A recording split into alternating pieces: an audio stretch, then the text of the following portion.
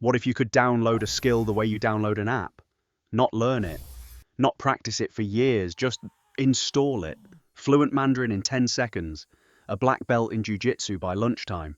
The ability to play piano like a concert pianist before your coffee even gets cold. Sounds incredible, right?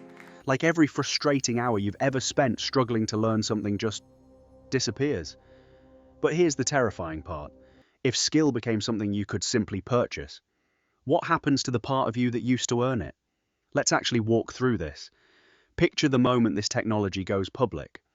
A small neurotech company unveils a headset, barely bigger than a pair of glasses, that can write new neural pathways directly into your brain.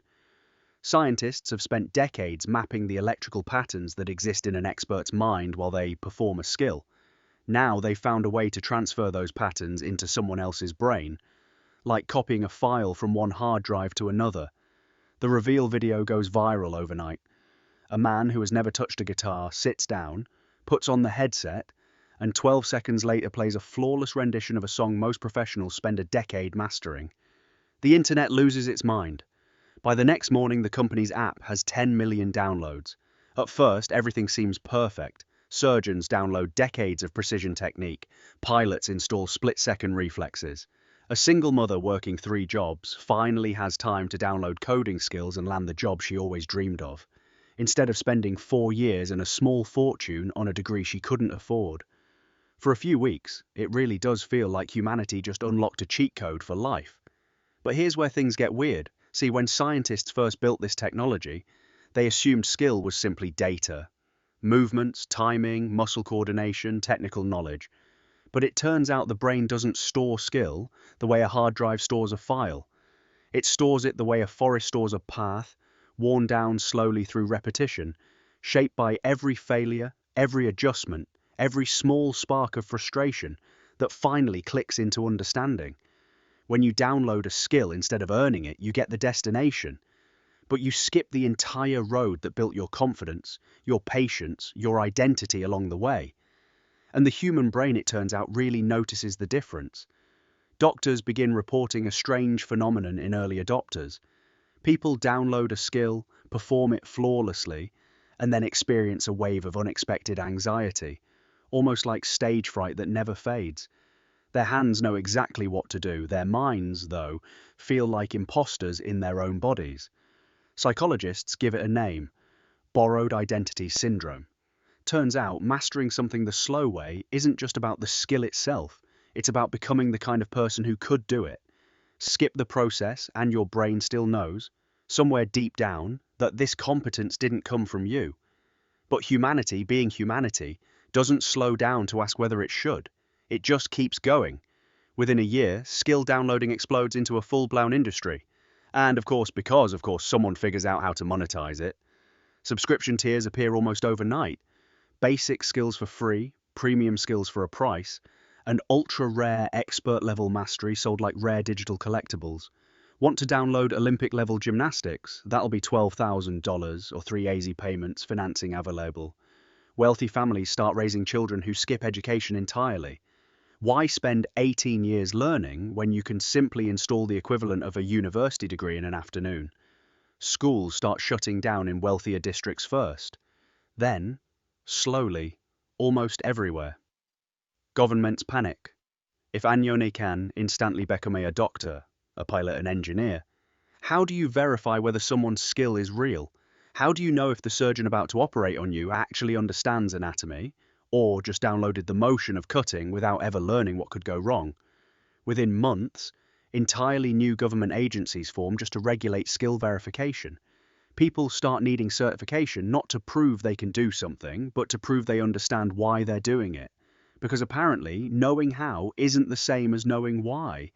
And that distinction becomes the most important sentence in this entire story. Meanwhile, the economy doesn't just shift, it shatters and rebuilds overnight. Entire industries built around training, certification, apprenticeship, and tuition collapse within months.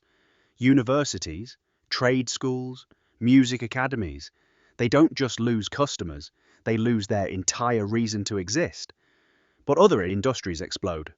Insurance companies scramble to write policies for skill-related malpractice. Therapists specializing in borrowed identity syndrome can't keep up with demand, and black markets emerge, selling pirated, unverified skill files. Imagine downloading what you think is advanced first aid, except the file's been corrupted, and now you've just learned how to perform CPR incorrectly with total confidence. Yeah, humans would absolutely find a way to make that into a horror story. But the deepest changes aren't happening in classrooms or hospitals or governments. They're happening inside people's heads. Think about how much of your identity is built on the things you've struggled to learn.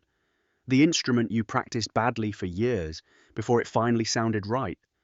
The language you stumbled through, embarrassing yourself 100 times before finally holding a real conversation. The sport you lost at, over and over, until your body finally understood what your mind had been trying to tell it all along. Take that struggle away, and you don't just remove difficulty, you remove meaning. Psychologists begin noticing a strange epidemic of purposelessness. Skilled, capable people who can do almost anything, yet feel oddly empty, because achievement was never really about the result. It was about who you became while chasing it. People begin describing a bizarre kind of grief, mourning a version of themselves that never had the chance to grow.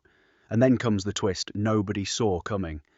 As borrowed identity syndrome spreads, scientists discover something unexpected buried inside the brain scans. The people who struggle the most after downloading a skill aren't the ones who downloaded difficult or rare skills. They're the ones who downloaded skills tied to identity. Things like being a doctor, a musician, an athlete. Words that aren't just professions. They're who someone believes they are. It turns out the brain doesn't just learn skills, it learns stories about itself, and those stories can't be downloaded. They have to be lived. Slowly, a strange cultural shift begins. A growing number of people voluntarily choose not to download skills even when they can. A new philosophy emerges, almost like a quiet rebellion. The slow movement. People proudly choosing to learn the long way, not because it's faster or easier, but because the difficulty itself is the point. Suddenly, the thing nobody wanted, the years of frustration, failure, and slow improvement, becomes the most valuable thing in the world.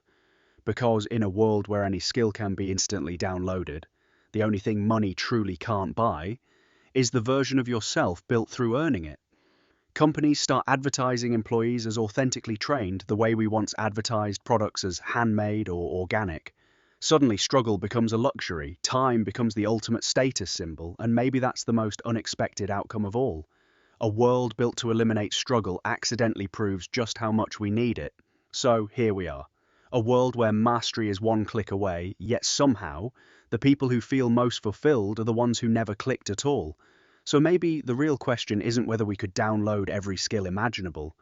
Maybe it's whether the parts of us worth having were ever meant to be downloaded in the first place.